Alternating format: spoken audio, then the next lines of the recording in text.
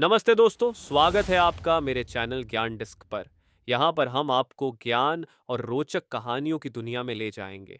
हमारा उद्देश्य है आपको नई जानकारियों से अवगत कराना, प्रेरणा देना और आपके जीवन में खुशी और समृद्धि लाना।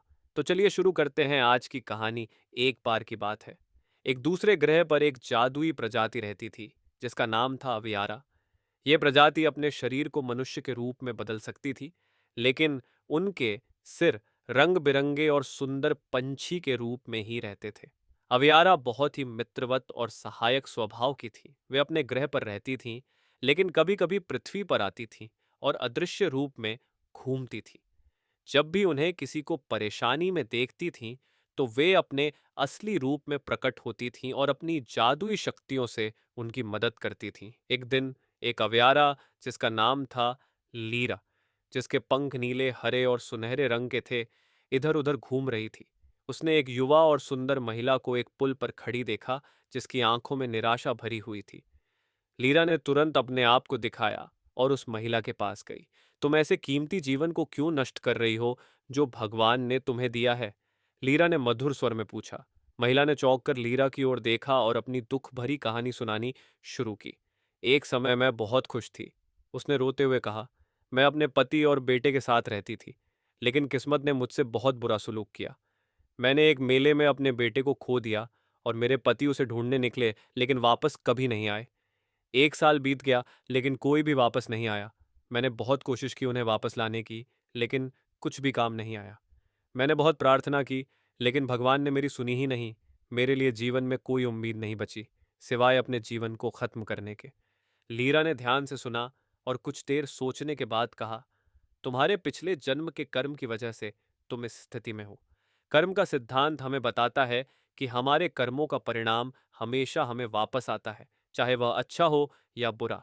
लेकिन निराश मत हो, मैं वादा करती हूँ कि तुम्हारे पति और बेटे को वापस लाऊंगी, क्योंकि ईश्वर ने मुझे तुम्हारे मदद करने के लिए भेजा है। महिला की आंखों में उम्मीद की एक किरण जगी। लीरा ने उसे कुछ अनुष्ठान और मंत्रों का पालन करने के लिए कहा और अपनी जादुई शक्तियों का उपयोग करके उसे मार्गदर्शन किया। पहले लीरा ने अपनी शक्तियों को महिला के पति को ढूंढने पर केंद्रित किया। एक चमकीले दरवाजे के खुलने के साथ एक दूर के देश में खोया हुआ आदमी दिखाई दिया। लीरा ने उसे वापस लाकर जोड़ी को आंसुओं भरे आलिंगन में मिला दिया। अब लीरा ने अपना ध्यान खोए हुए बेटे पर केंद्रित किया। उसने जोड़ी को बताया कि उनका बेटा एक बुरे आदमी द्वारा अपहरण कर लिया गया था, जो उसे भिखारी के रूप में पैसे कमाने के लिए इस्तेमाल कर रहा था। लीरा ने एक योजना बनाई और जोड़ी को उस पर अमल करने के लिए कहा। लीरा के मार्गदर्शन में पति और पत्नी ने अपने मिशन पर निकलने का फैसला किया। वे लीरा की जादुई सलाह का अनुसरण करते हुए अपहरणकर्ता को ढूंढने में कामयाब रहे।